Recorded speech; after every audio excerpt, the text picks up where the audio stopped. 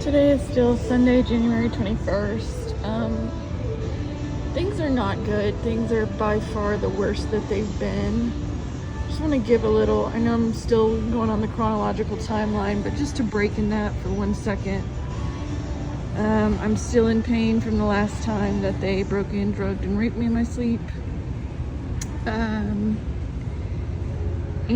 it's been happening a lot more recently, and I'll say that ever since December, it's been happening a lot. I don't even want to say it's been happening because it sounds like very passive language. They've been doing this to me much more frequently than before. The relationship with my mom, I love her, we're close. It's very complicated. I don't want people to disparage her because she's a victim of these people, and a lot of the victims of these people do not know what's going on. However, she does make it impossible for me to do the things that I need to do to barricade the apartment. But I will say that, that the blame for that still lies on the traffickers. There's never any excuse to break into the apartment, break into someone's dwelling illegally. I have significant reason to believe that they found a way around the barricade, even when I've done it. It took them a while. Anyways, that's kind of a separate story, but things are not good at all. Things are the worst that they've ever been. I just kind of want to address what people's questions might be, some of the frequently asked questions. So, people may be familiar that I've gone to the authorities over 20 times regarding this entire thing since April 2023 when this started, including 5 reports to the federal authorities. Well, I was falsely imprisoned at the end of August 2023 as a direct result of doing my civic duty and what any normal person in this messed up victimhood would do, which is go to the police. So no, I have not gone to the police since I got out of that false imprisonment, and the reason is that not every individual police officer is involved in this, right? Obviously, there's been multiple police officers who have believed me. The system is still not equipped to help me even in those situations. But the bigger thing is that the U.S. federal government, through this black budget program, I don't know the exact individuals implicated. I don't even know all the 3-letter agencies implicated necessarily. However, all of that information can be found out. All the racketeers can be identified. People, just to do a little aside, people say, oh, well, you can't prove any of this. Totally false. I've tried to prove it. I've brought semen-stained sheets to the FBI on 2 separate occasions, begging them to take it as evidence. They wouldn't take it. And everything else that I'm claiming can be proven. It just needs to be investigated to be proven. Now, I am no longer trying any of that. I tried that over 20 times. It brought me nothing but more issues, much worse issues. So that's the frequently asked question of what are the police doing, whatever. The bigger point of that is that even when I go to local police and they believe me, well, the U.S. federal government is the one doing this to me.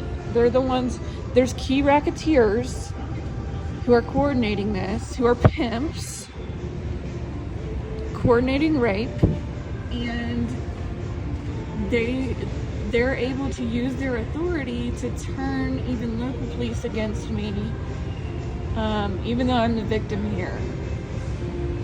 And I've been trafficked. I'm being trafficked by the U.S. federal government in cahoots with organized crime. So that's why no more interaction with the police, because even if it starts going well, it's not going to end well for me. I wish I could say different, and I don't want to hear any bullshit of anyone claiming that that's a political stance on my part. It's not. I tried everything. I tried that and literally learned the hard way. So thanks for letting me vent on that. I thought of another detail that I don't believe I mentioned that I do want to mention, going back to before the first rape on April 18th, 2023. The first time I went to Gil Lopez's house to take a shower, that time that he was blaring those loud ass speakers, there was a green, this small detail, so there was a green like cap that was kind of clogging the bathtub, like the drain, and I didn't want to touch anything. You know, if I'm in a foreign environment, I don't want to touch anything. I don't know what could be going on. I don't touch anything strange. So I left it there, which means that the water built up. And as I was leaving that first day, you know, when I just straight up walked out, I said, oh, there's a green cap that's like blocking the drain. And do you want me to go get that? Because all my bath water is just sitting there. And he was like, no, I'll get it. Okay, well, that did stick out to me as odd, because when he said, no, I'll get it, like it was clearly placed there on purpose as if to act as a drain. And when he said, no, I'll get it, it struck me as odd because it seemed as if he was anticipating this. Okay, well, the reason I'm bringing this up is because, especially after being in coordination with other rape trafficking victims of these organized traffickers, one of the things they definitely do is place cameras in our homes. They break in illegally when we're not home, and they place hidden cameras in our homes. There's no question they're doing that. Maybe they don't do it to every single victim, but they're going to take any quote-unquote opportunity, illegal, to do that. Okay, well, that serves a couple different functions. Number one is to monitor our every move. Number two is that, you know, we have significant reason to believe that they are somehow profiting off of this voyeuristic camera footage. They want to gather all information they can about us, but these people are sick. You know, they want to see us in our moments of undress when we're in the privacy of our own homes, etc. I'm not going to make any definitive claims about what's going on with the footage necessarily right now, but people can make the connection, you know, because, for example, if you think back to a few videos ago, I was talking about how, actually, I don't think I brought this up yet, dang it. When I was in Charlotte, during the time period that I had not been broken into, drugged, and raped in my sleep because I had the alarm system, there was a maintenance man who I noticed was eyeing us, me and my mom, because I had her come to Charlotte. When we would go down the stairs and everything, he was definitely a legitimate maintenance man, but I did notice that he was eyeing us. Well, you know, probably a week after the first time I saw him, I don't know the exact timeline, I apologize. He was down there again, like at the bottom of my building, in the little maintenance closet or whatever. And then there was another man in plain clothes with him. This maintenance man was a white man with some kind of hat on, older white man.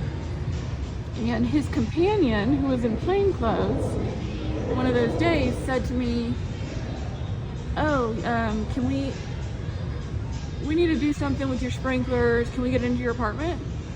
And I hesitated. I was like, no, I don't think so. I think I said yes at first, and then I kind of rethought about it, like, you know, knowing how much surveillance I might be under. I decided to not let my guard down, and I said no. And he looked at me and he said, that's okay. We'll find a way in. Think about that shit. Well, that's two men compared to me. Now, remember when I talk about the private investigators, they did the same thing. They'll outnumber you so they can go do something sneaky, like he did when I know that he made a copy of the key to my car. So that was what they were going to try to do then. was do something sneaky to, you know, just me and then two of them. One of them creates a diversion or has a conversation with me, while one of them claims that they're going to go fix the sprinkler or whatever, and really they're installing a camera. Well, how do I know they weren't doing that to try to figure out what the code to my alarm was on my alarm system? So that's one example of what they could have been doing. But why would they want to come into my apartment? They were definitely gang stalkers, there's no question about that. I mean, you can see that based on the fact that the one guy was in plain clothes and the creepy ass comment he made. They had no actual legitimate reason to come into the apartment.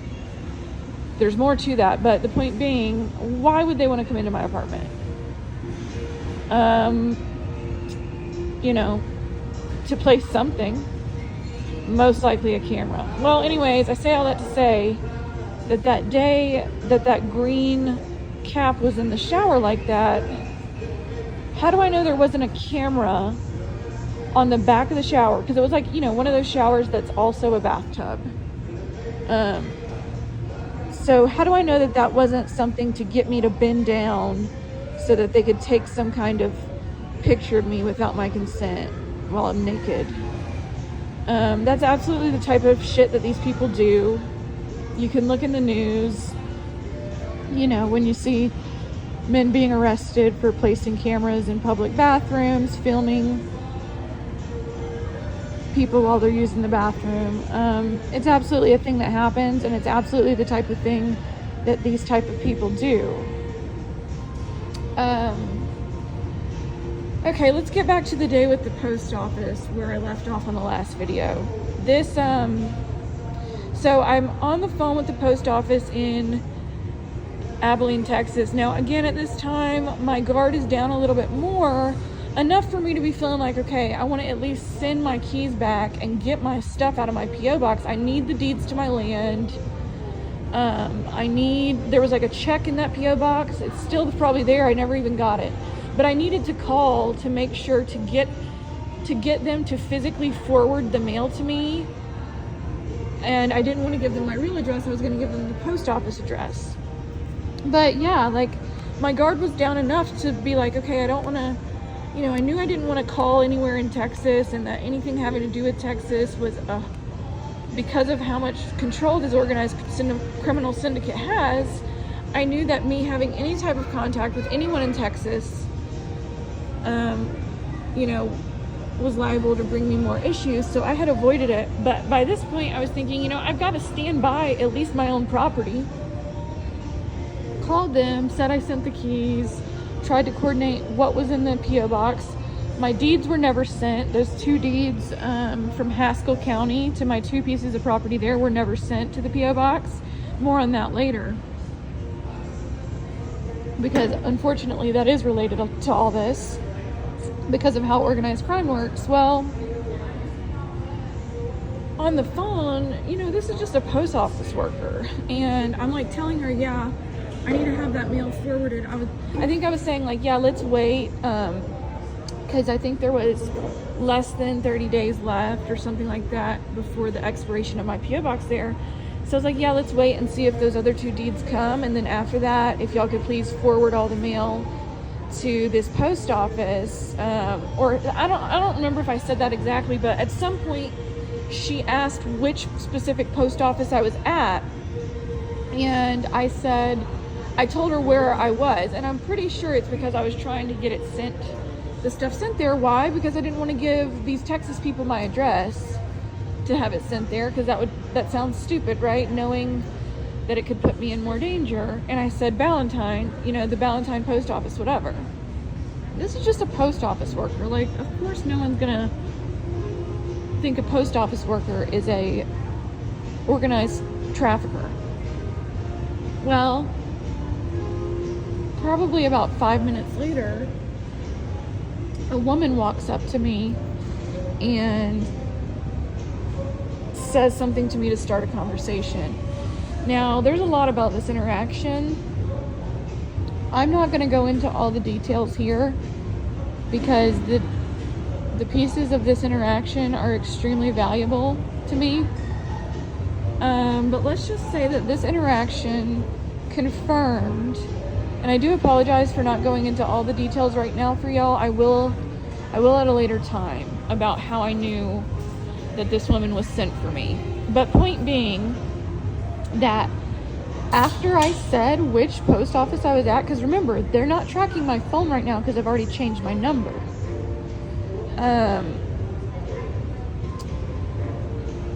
5 minutes later, she walks up to me.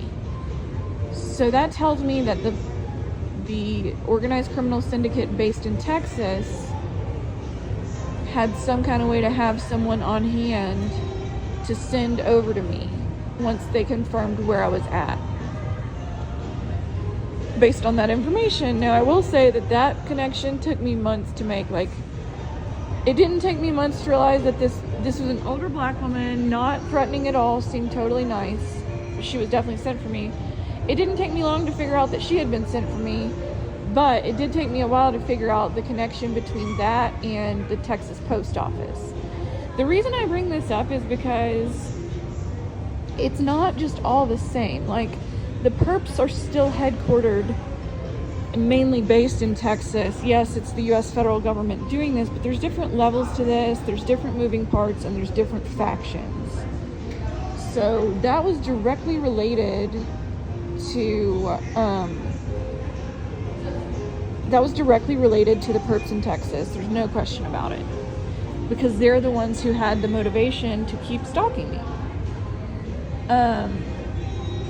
The one thing I'll say about this interaction, the specific thing about this, is that she asked me, she was really, she made it seem like she was totally trustworthy and regular, and any person would think so. It just seemed like a normal conversation. She was really gung-ho about trying to get my number, which is how I figured out that they're using the phone number, whatever technology that they have. They're using the phone number to track the phone. That's all they need, clearly. Otherwise, she wouldn't have asked me that. So I say that to say, for other women, I know it's so annoying to hear what we should do to prevent this stuff instead of it being turned around on them. It absolutely is, and I don't want to perpetuate that. But I will say, Google Voice, having a Google Voice number and that being the number that you give to people is a good safeguard against this. That's actually what I did with Gil Lopez. He never had my real number. They only got my real number because the local government in Stanford had my real number in connection with my properties. That's a whole nother story. And because he's connected to them, that's how he managed to get my real number. I say he, but you know what I mean. Even if it wasn't him personally, it was the organized criminal syndicate responsible for this.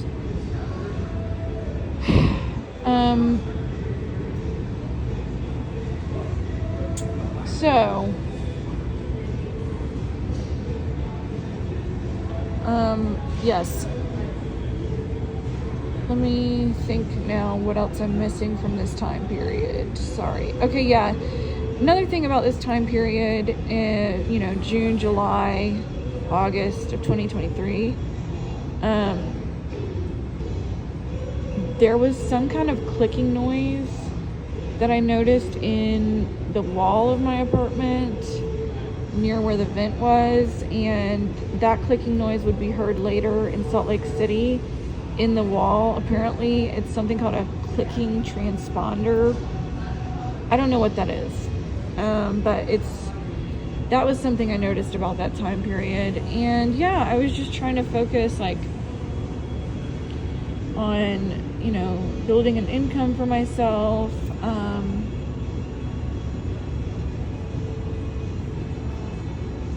stuff like that.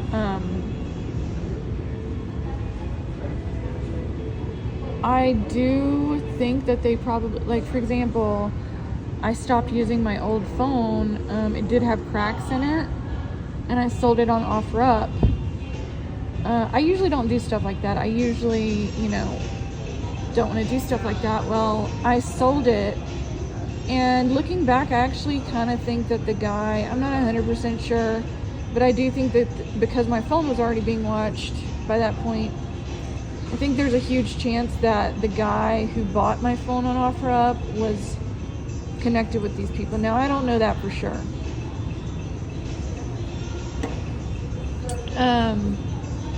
His name showed up as Burrito.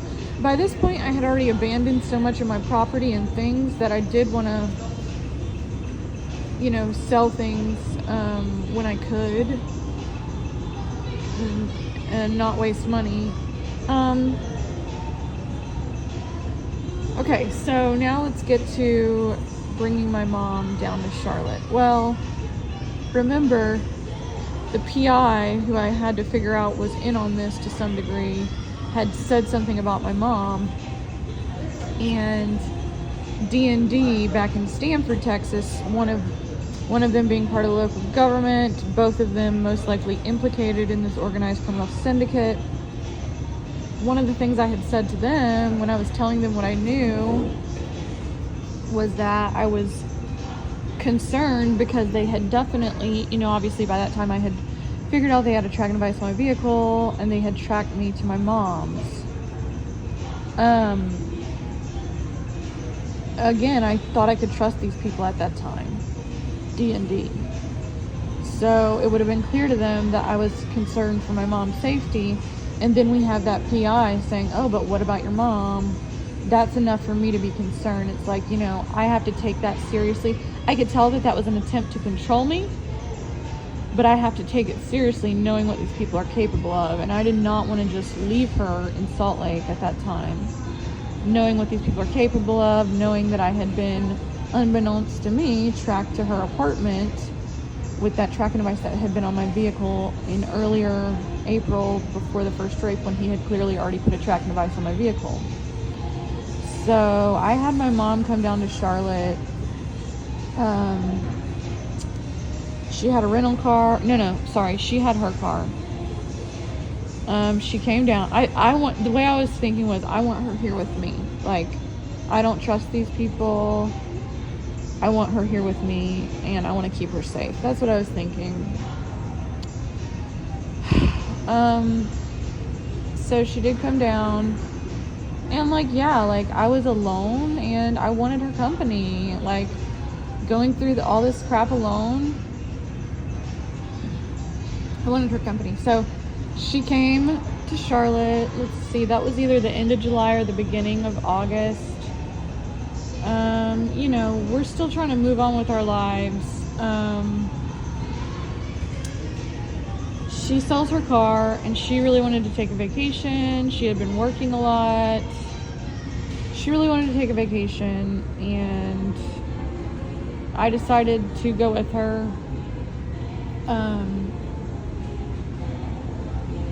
Something told me to not bring my phone, but then again, I have the conflict going on where it's like, I don't want to surrender my life to these people, I don't want to not be able to travel just because of these people. Isn't that giving them control? I don't want to not be able to have my phone because of these people. Isn't that giving them control?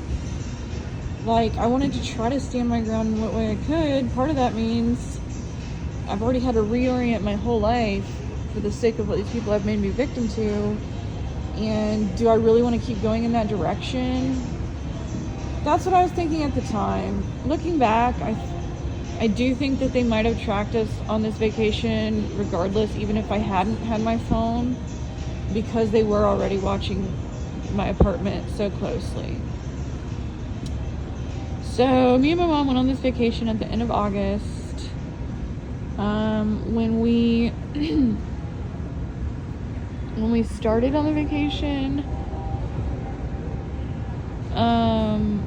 started driving, I noticed 2 Texas plates following us when no one else was on the road.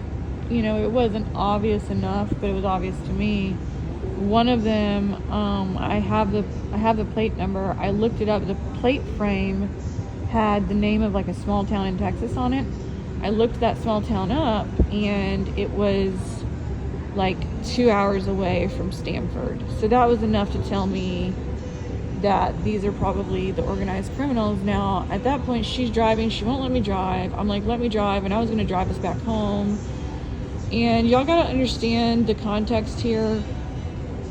At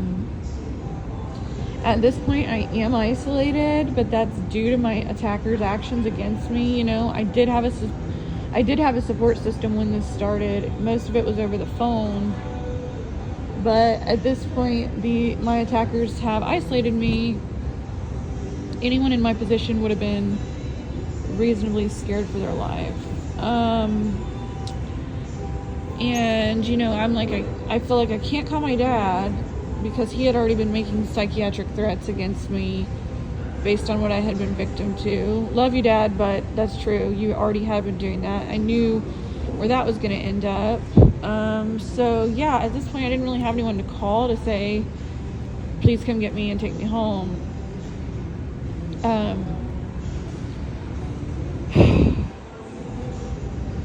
Throughout this vacation, we stayed at like 4 different places. They didn't rape us at the first place, and I don't think that they raped us until the second night at the second place.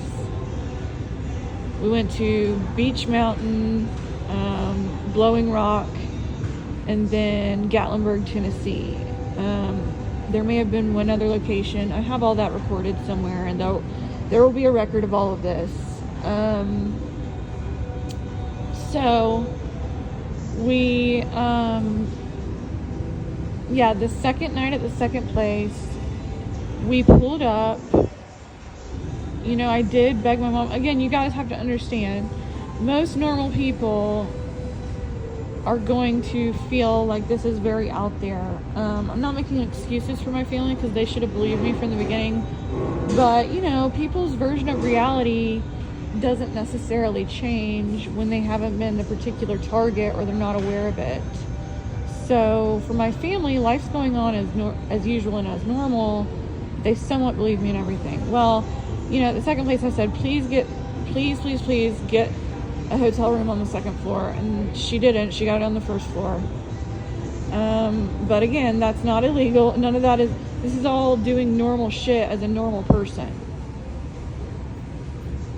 2 white, middle-aged, you know, seemingly wealthy people. On the second night that we were there at that second place, which I have the address of and I have the dates of. This is mid-August 2023. We get back to the place and we pull into our parking space in the parking deck, and 2 people, older white couple who appear to be, you know, upper middle class. Once we get out of our car, they start getting out of their car. I have their plates. I have the VIN number of their vehicle. It was Texas tags. It was a blue Audi. They get out at the same time as us. Now, again, remember, it all seems like normal life. That's how this stuff goes. It all seems subtle and normal, and they couch it and they make it seem normal. Some of them make stupid rookie mistakes. You know, those are mainly the street criminals or the ones who clearly don't have a lot of experience. These people were not making stupid mistakes, I don't think. So I had my guard up, but I wasn't realizing that they were sent there for us yet. All 4 of us tried to get the elevator. It wasn't working, so we tried to see if we could use the stairs to get up into the hotel. That wasn't working either, so we had to wait for the elevator, and we were waiting there, all together, just having like a casual conversation. They said they were from Raleigh. That was an attempt to appear familiar to us, without being so obvious. By now, the perps knew that if they said they were from Charlotte, I would pick up that it was an attempt to make me comfortable. Why? Because the 3 Hispanic men who followed me on the flight to Salt Lake City back in the end of April, one of them said, "Oh, I'm from Charlotte," and it was so obviously a lie. Well, I had told the PI that. I had told the PI that he had said he was from Charlotte and that it was obviously a lie, and that I could tell based on that fact that he was definitely a gang stalker. I already knew, but that confirmed it for me, because how else would he know I'm from Charlotte?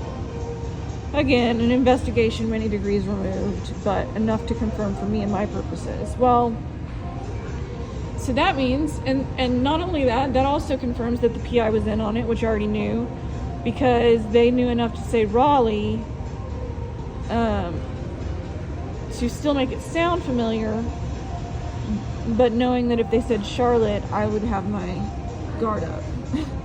Anyways, that's one detail I'll share about this. There's other details about that interaction that led me to know that they stalked us.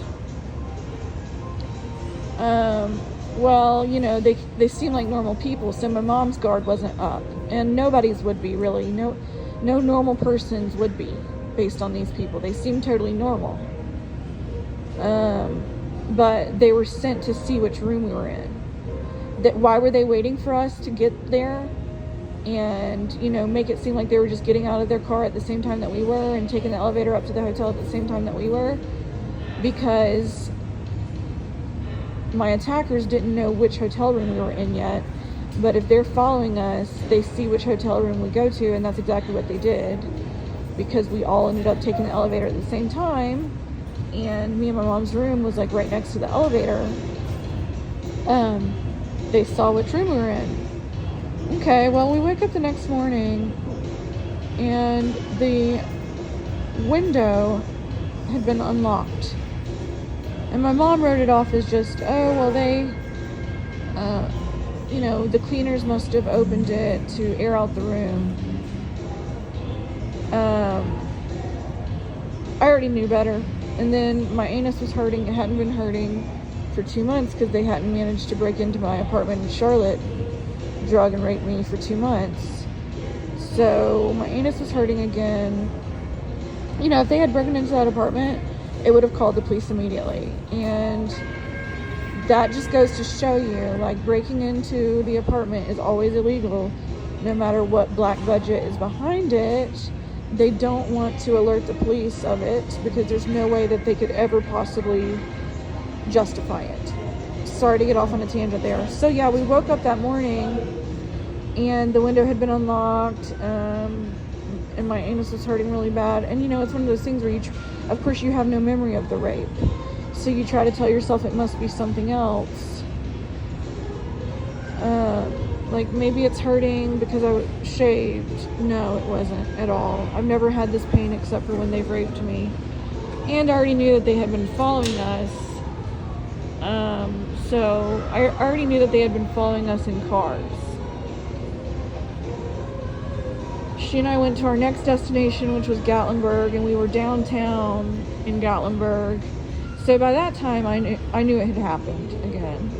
But again, I didn't have anyone to call to say, come get me, because I knew with my dad, it would end up with me being falsely imprisoned. That was coming from his girlfriend, clearly. But more on that later. I mean, both of them, but more on that later. Well,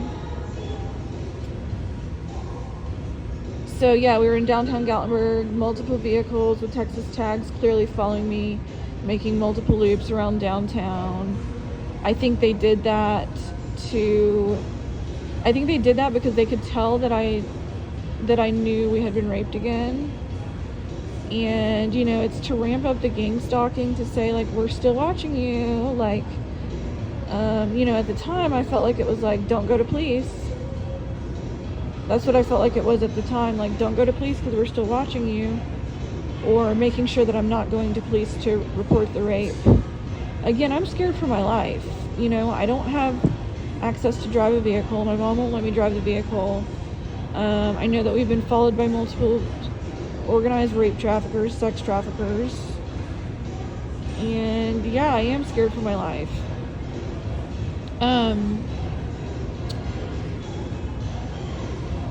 So yeah, looking back, it's to ramp it up based on the fact that I knew we had been raped again. You know, that's why it got ramped up. I don't think they would have ramped up the gang stalking to make it so obvious if it had not been clear that I knew we had been raped.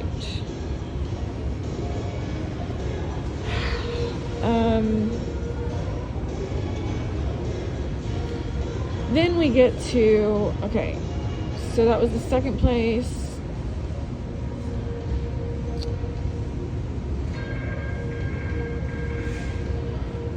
And then the final destination was a place we stayed at for a week and a half, which was already reserved ahead of time. It was like a house, like a cabin house. It's right outside of Gatlinburg. I have all of this information about the name of the place and everything.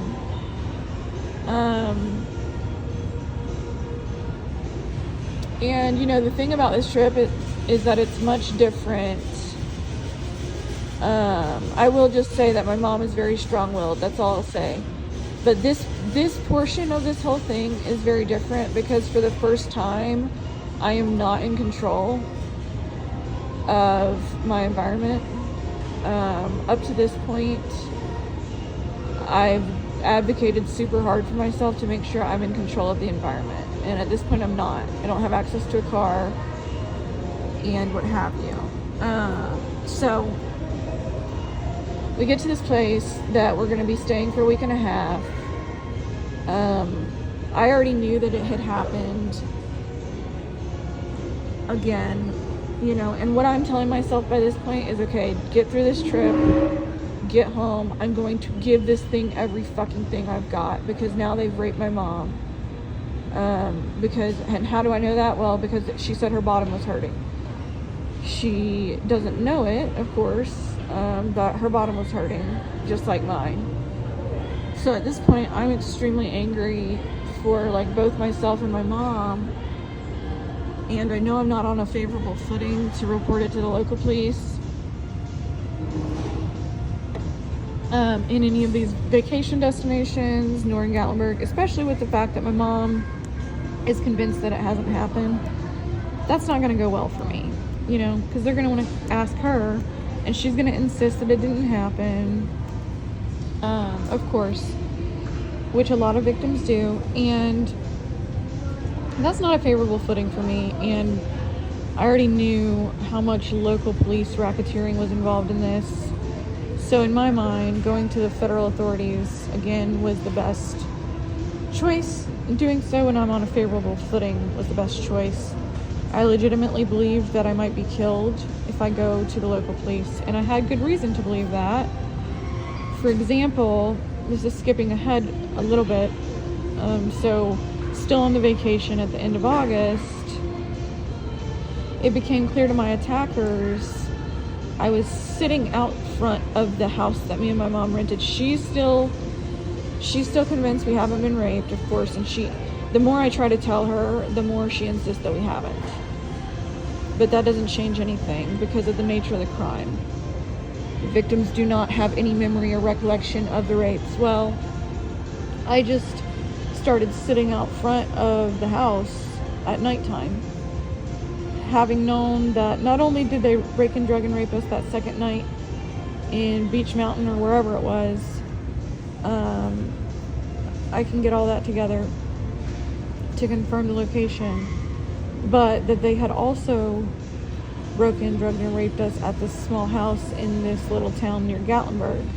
So I was sitting out front with all the lights on at nighttime and not going to sleep until daytime. I had already used that tactic before, but I knew that that was the only way to prevent rape. And at that point, it actually wasn't even preventing my rape. I was just trying to prevent my mom from being raped.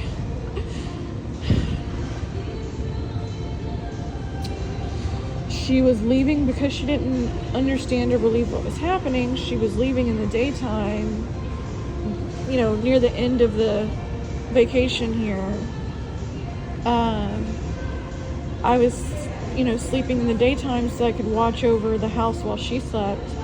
And I begged her, please don't leave while I'm sleeping. And she did leave while I'm sleeping because, again, to her, this is just still normal life.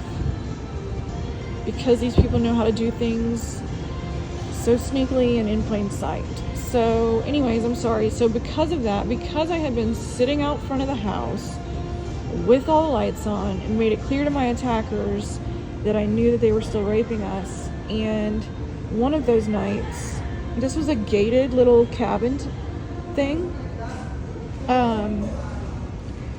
One of those nights, that after I had already been sitting out front of the house with all the lights on, keeping watch over the house for a couple of nights by that point, a car drove by and shot off a bunch of shots into the air. So that was a way to say, don't go to police, we'll kill you. And at that time, I felt I would be killed. I'm not on a favorable footing. I can't get away in the car if I want to, you know. So I don't want to say too much more about that. That part of it, but that definitely did happen, and that's one among many things that people can process to understand the extent to which my life has been at risk at multiple times throughout this.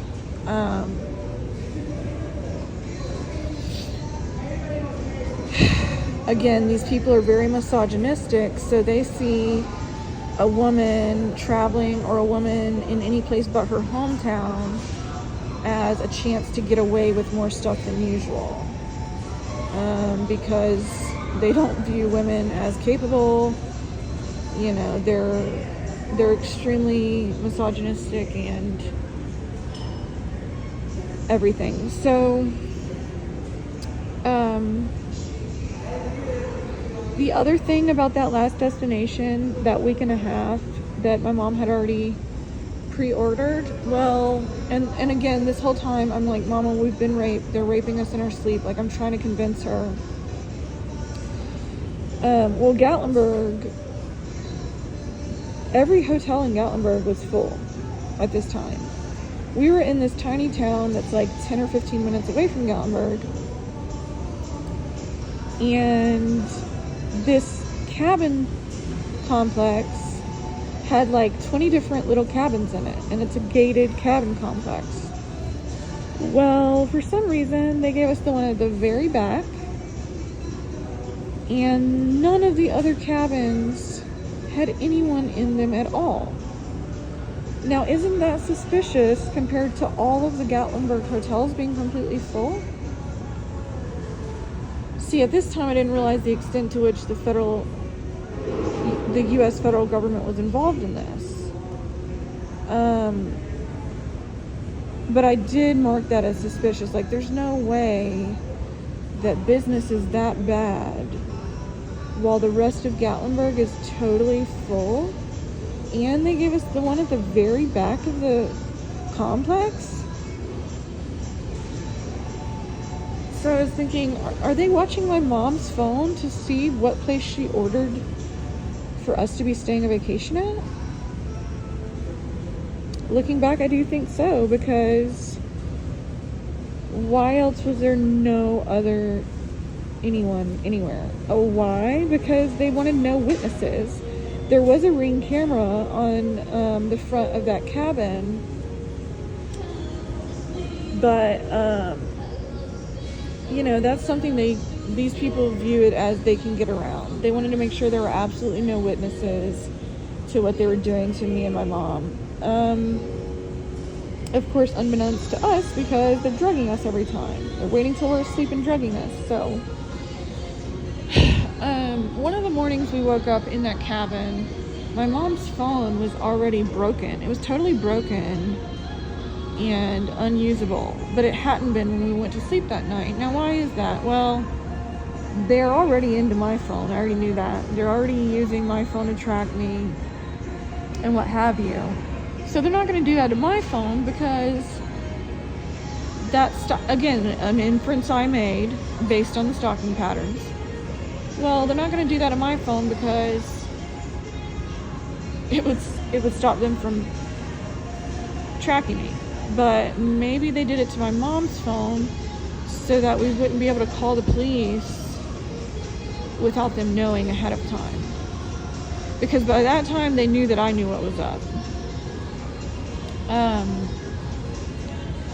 And so, yeah, that's an important thing. And then kept waking up with the anal pain, like new anal pain. And then also there's like a very faint feeling associated with the drugs that they've been drugging me with.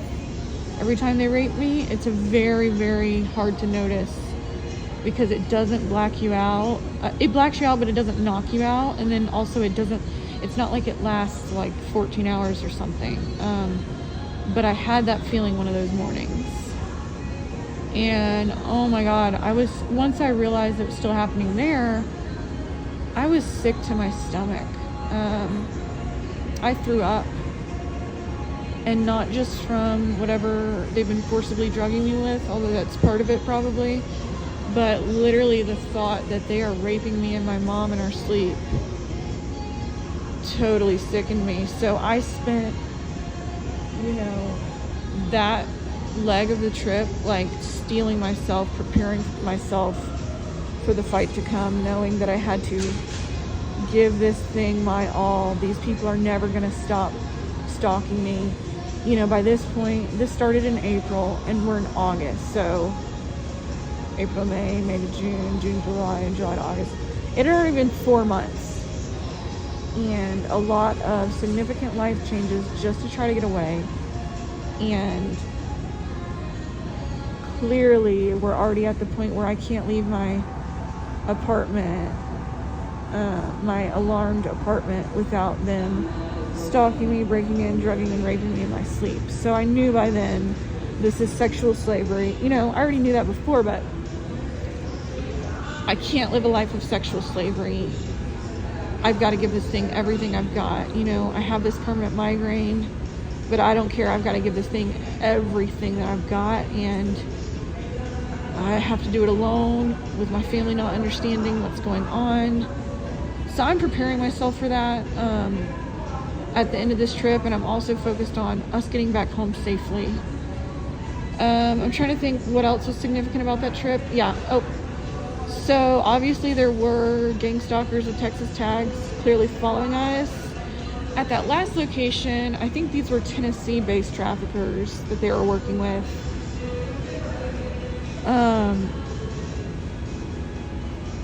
Because of, two things. Number one, the shots that I just described, and when they drove past the little neighborhood cabin thing. And second, one of the days during the daytime when I was trying to convince my mom, and she had the windows open, I was saying, they've raped us in our sleep again. And she's insisting they haven't. Well, I come outside and a white man with blonde hair who claims to work there was walking away from our window right when that happened. Like right when we had just got done, me and my mom, I guess, having this argument. He was walking away from the window. There's a lot more about that trip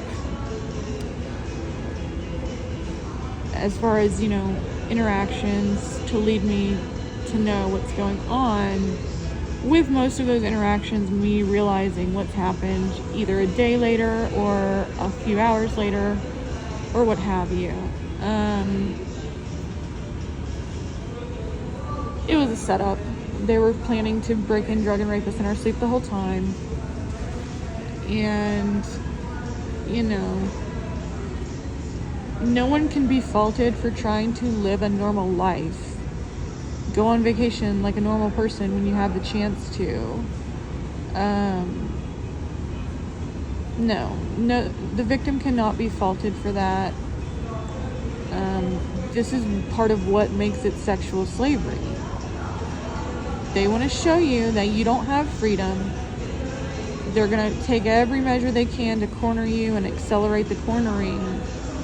And at the time I'm thinking, why the hell are these people so patient that they will literally wait 2 months?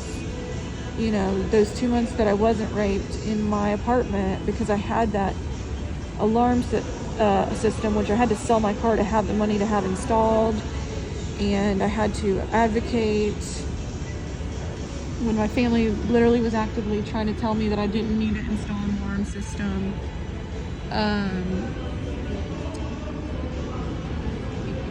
I shouldn't be. That's already amount of cornering and putting me into a prison of sorts. If it's like, well, you shouldn't leave your apartment. Well, no, it's a free country and I'm a free person.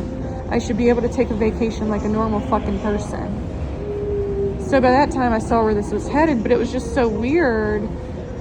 I did not fully realize the extent to which they had moved people in to the apartments around my apartment. I had my suspicions, but it was so weird to me that they would wait that long. Like, to me, again, because I didn't know about the fusion centers yet, and, you know, the black budget programs behind this that racketeers are using to do this, to not only violate the constitutional rights of every American targeted by it, but also to rape traffic for the sole purposes of pimping and raping. Well, so I didn't understand that budget.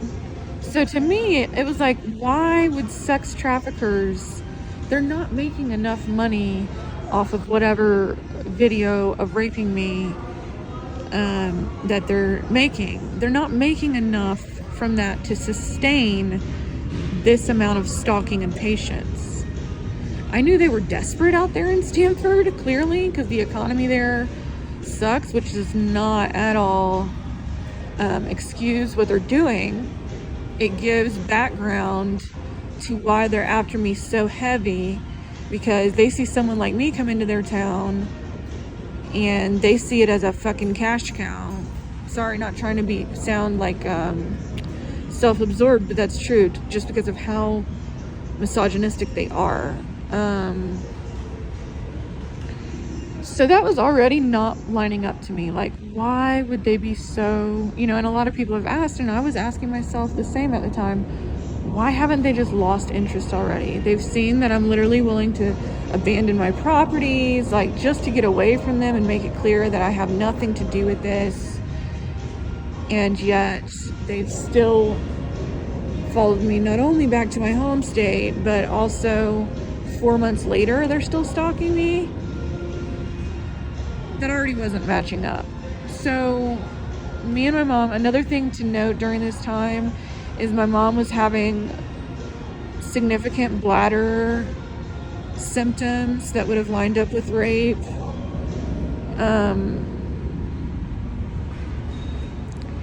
So we start driving back to Charlotte, you know, because we were being followed by so many cars that were clearly pimps. I was still scared for my life, especially on that trip. By then, they knew not to get directly behind us. They were actually sending cars, you know, if we're on a 2-lane with a double yellow line in the middle, they're coming. I noticed that they were coming from the opposite direction just to show me that they're still following and watching me. And I know a lot of TIs, targeted individuals, and rape trafficking victims know the feeling that I'm talking about. It's not an emotional feeling. It's not psychological. I wouldn't even call it psychological. I would definitely not call it psychiatric. It's literally that you're in danger and you know it, and you're paying attention to your surroundings. That's the mode I was in, and anyone who's been victim to this would be in that mode. I don't want to hear bullshit about it. It's not psychiatric. It's literally a material result of being raped and stalked like this. She wouldn't let me drive on that trip. We finally made it home, and I also decided that I was not ever, because of this, what was going on here, and her refusing to believe me, combined with her being such a strong-willed person. Love you, mama, and I love that you're strong-willed, but in this situation, to be this strong-willed and this wrong is not good for me. So I had decided, not only had I decided I was going to pursue this with everything I've got, but also that I cannot put my safety in my mom's hands, unfortunately. Love you, mama, but because of the complexity of the situation, that's true. Okay, so now we're at the end of August when we got home, August 2023, when we got back to Charlotte. I'm going to stop here for now.